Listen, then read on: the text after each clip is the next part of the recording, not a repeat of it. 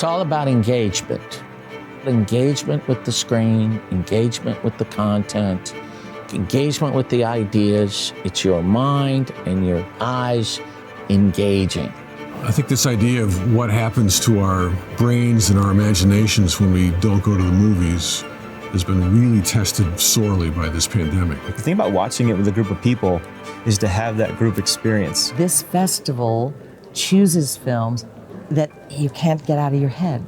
Everybody we've met has been absolutely lovely and kind and supportive. The receptivity of the audience and response is incredible. Like, I definitely feel nourished when I'm going to films and seeing things that I just would never have seen and never gone to, and open me up in ways and challenge me in ways that I wasn't expecting, and that feels really necessary and needed.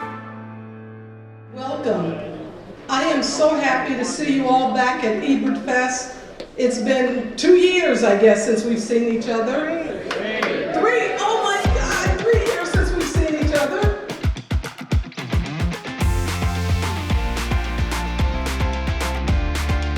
The outpouring of love from the audiences, you just feel they are there for you. These are cinephiles. You have a large group of people watching a certain number of films that they can then talk about. And hopefully those films are transporting people into worlds and lives they don't know about. The fact that we're in this beautiful theater and watching the movie with almost at capacity. This was actually the first time we saw it together, sitting next to one another inside a theater. So this was absolutely a dream come true. And just to sit there and nudge my bestie on lines that people laughed on. Our movie's about connectivity and about finding unexpected connections. Yeah. And that's something that in my time here, I feel like I've experienced so many of those. You know, people have seen Rear Window over and over again. They've seen Vertigo and other things. I really think if you want to give them a treat, show 39 Steps. So many great films are made in defiance of any blueprint, or just, happy accidents that started out one way and ended up another, or they're really 5 genres in one, like the 39 Steps, Hitchcock's film. Is it a chase film? Yes. Is it a thriller? Yes, it is. Is it a romance? In a way, it is. And to have all those elements working sort of in concert with each other is why it works. I think that's like a good Ebert review.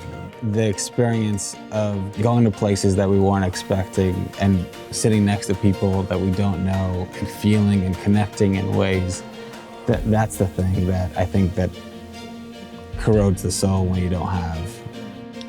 The thing is, these are historical documents. They're entertainment, they enlighten us, they educate us, they do all of that.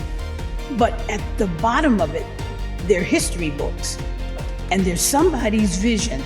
It was the first time I watched the whole movie since Gilbert passed, and it was really hard because I had forgotten so many themes. There's death in the movie. His father was 66 when he died. Bob Saget, of all people, at the end of the movie says Gilbert has lots of great years ahead of him. And for a movie like this that is about a guy who supposedly is too dirty and works too blue, to hear 400 people laugh at those jokes. And so that is fulfilling. It's very satisfying to sit in a room and just hear people laugh at him. It's really wonderful. The funny thing about criticism is I only read the bad ones. You want to make Gilbert Gottfried laugh, you really want to impress Roger Ebert with your filmmaking. I would love to talk to him about my movie and see his thoughts.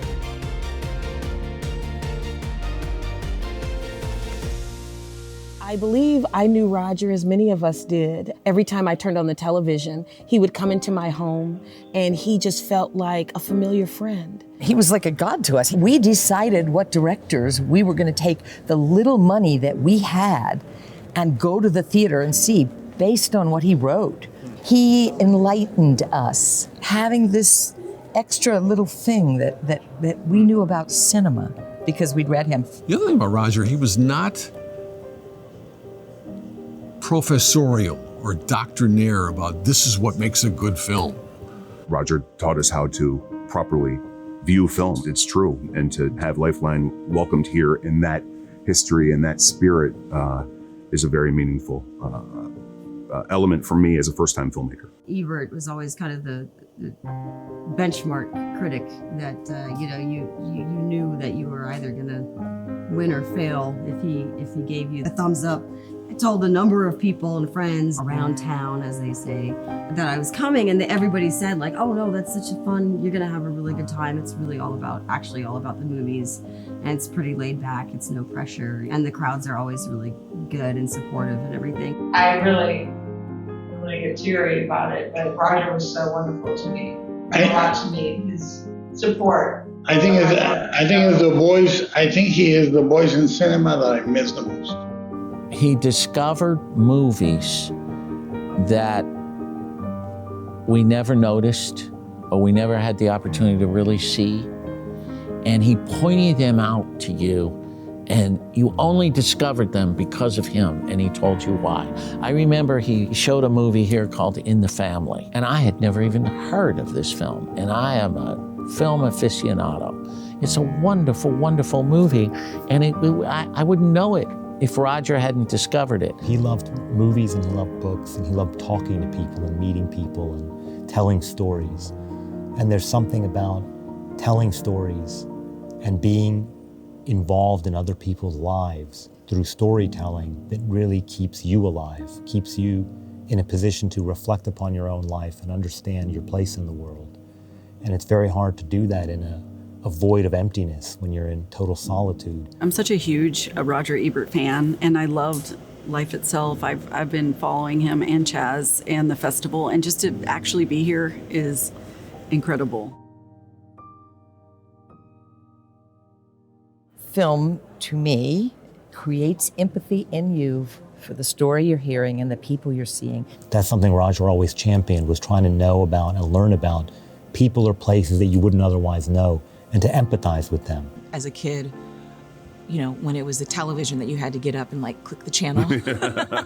But I remember being fascinated because it was like opening up this world of film in a way that I had not seen, and to hear him talk about it and to say, "Oh, Mommy, can we go to the movie theater to go see that film? And can we go see that film?" Yeah. It did feel like a little kid going, "Wait, is this Ebert Road?" To me, it's like a really, really special festival because of Roger. It feels like, coming home to some way of thinking for me. It's very welcoming. People are very nice and down to earth. They're all Midwesterners. That's where I sort of grew up. All these fans of Roger's that have stuck with the festival over the years, and it's become a tradition, And that is why this audience is the audience that they are, because many of them have been here this entire time. They'll say, "I've been attending it since it started."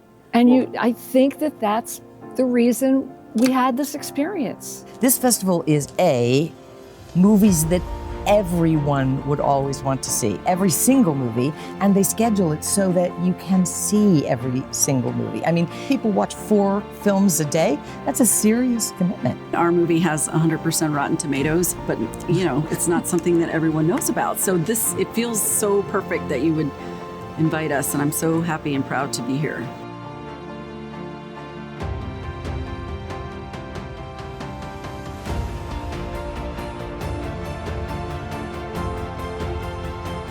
When I come back to the Virginia Theater at Ebertfest and I see all kinds of different films on this screen, it's the reminder that going out to the movies at heart still means that.